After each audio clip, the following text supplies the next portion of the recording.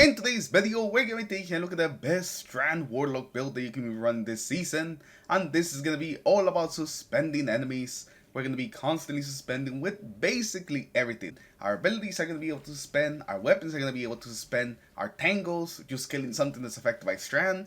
We're going to be using the Suspend King today, just suspending enemies constantly.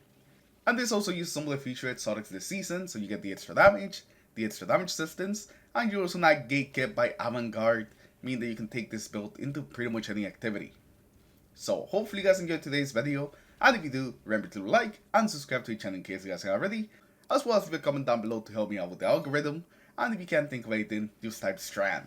And let's not waste any time, let's get into the build, and let's start by taking a look at the exotics, because they are one of the most important things about this build.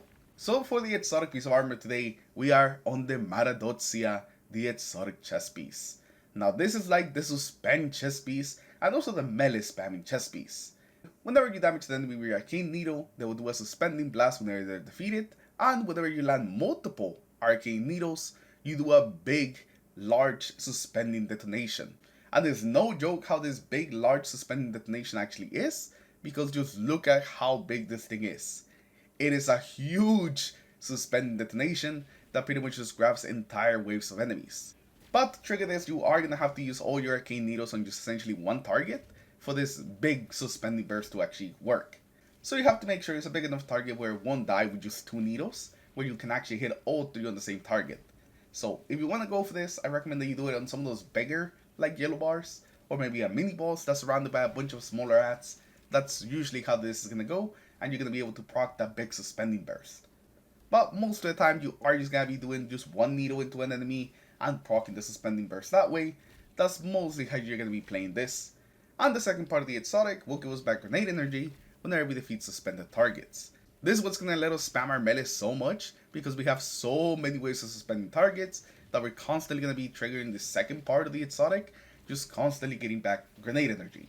So don't be afraid to just kind of throw your arcane needles out there. We're going to be getting back really quickly. And then when we don't have the arcane needles, we're going to have plenty of other ways to keep suspending targets to get more needles back.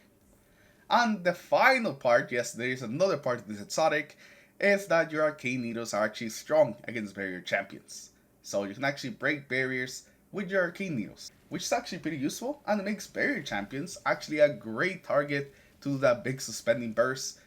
And for our exotic weapon, we're gonna have the Wish Keeper. This is just like the perfect combo. It's a weapon that's already all about suspending and having a lot of interactions with suspend. So this is just like the best thing you can actually run with the matadoxia. You wanna just become like the ultimate suspend warlock. Whenever you get some precision kills or final blows, you're gonna build up stacks on this weapon. And when you're full on stacks, you'll be able to hit fire and create traps on the ground that will suspend targets. And these traps are very useful, especially against big groups of enemies. They just constantly keep running to the traps, used over and over again. This weapon also deals bonus damage to suspended targets, and you gain faster draw time whenever you suspend something. So this bow right here is just going to work perfectly with the build.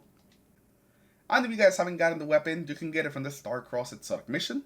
Your first one will give you the actual weapon, and then any runs after that you get the intrinsics as well as the catalysts. And today we're going to be running this on just regular Strand Warlock. For your abilities, I recommend that you stick with the Healing Rift. The Healing Rift is going to work really well, especially with the bow. We can just stay back, stay on the Healing Rift, be safe, and just constantly use suspend everything. And for our grenade, you want to go with the Shackle Grenade. It gives us another way of suspending, but we're most of the time not really going to throw the grenade itself. It uses a very nice interaction with one of our aspects. Now the first aspect we're running is actually the aspect that I was just talking about, is Mind Spun Invocation. This guy let us consume our Shackle Grenade to activate Weaver's Trance. This 25 seconds, and any final blows that we get while Weaver's Trance is active is going to create a suspending detonation. So any kill from any type of source is going to create suspending detonation. Whether it's our heavy, our special, the bow, our abilities, our super, it doesn't matter what we get that final blow with. As long as we have Weaver's Trance active, we're gonna be suspending. And it's gonna make our suspensions just skyrocket. It's such a good ability to have, especially if you pair it up with something like a machine gun in your heavy slot. You can just constantly suspend things over and over and over again. And every time that you're getting some suspended targets, you're getting that ton of melee energy back, so you can continue suspending more targets. It is just amazing, and the build just wouldn't be the same without this aspect right here. And the Wonder will also give us another way of suspending enemies now with our tangles. Whenever we destroy tangles, they make a suspending burst, as well as damage a bunch of enemies. As well as whenever we actually throw the tangle, whatever it hits is gonna make a suspending burst, again, just suspending whatever is around. So we're getting even more suspend this time from our tangles. We actually might have a little bit too much suspend on this build now. Now for our fragments, we're gonna have the thread of warding. This is gonna give us woven mail every time we pick up a normal power. This is just huge, and it gives the build some more survivability. After that, we're gonna have the thread of mind. Whenever we defeat suspended targets, it grants us class ability energy. This is gonna be pretty nice. It means that we're constantly gonna be able to drop our healing rifts. After that, we're gonna have the thread of wisdom. Defeating suspended targets creates a normal power. This can actually make a crazy amount of orbs, and with all the suspending that we're gonna be doing, it's gonna be a great way to just make a lot of orbs for ourselves and also the team. And lastly, we're gonna have the thread of generation. Whenever we deal damage, it generates grenade energy. This just lets us have our grenade up more often, so we can keep consuming it and keep having that insane level of suspend that we're gonna have with this build. Now for the artifact here, we definitely have some pretty good options, especially since we have a lot of strand things on the artifact. But the main ones we want to go for are going to be Shield Crush. This is going to give you increased melee recharge, as well as increased melee damage whenever we have woven mail. So it's going to be like perfect for this build. Not only are we going to kill things faster with our melee, but we're also going to be getting them back even faster. And then you can go with either Tangle Web. You want even more suspend, since just creating a tangle will suspend targets as well. Or you want to go for a little bit more damage on your bow. You could also go for Elemental Overdrive, which will give your bow increased damage whenever you pick up a tangle. So both of these are pretty solid.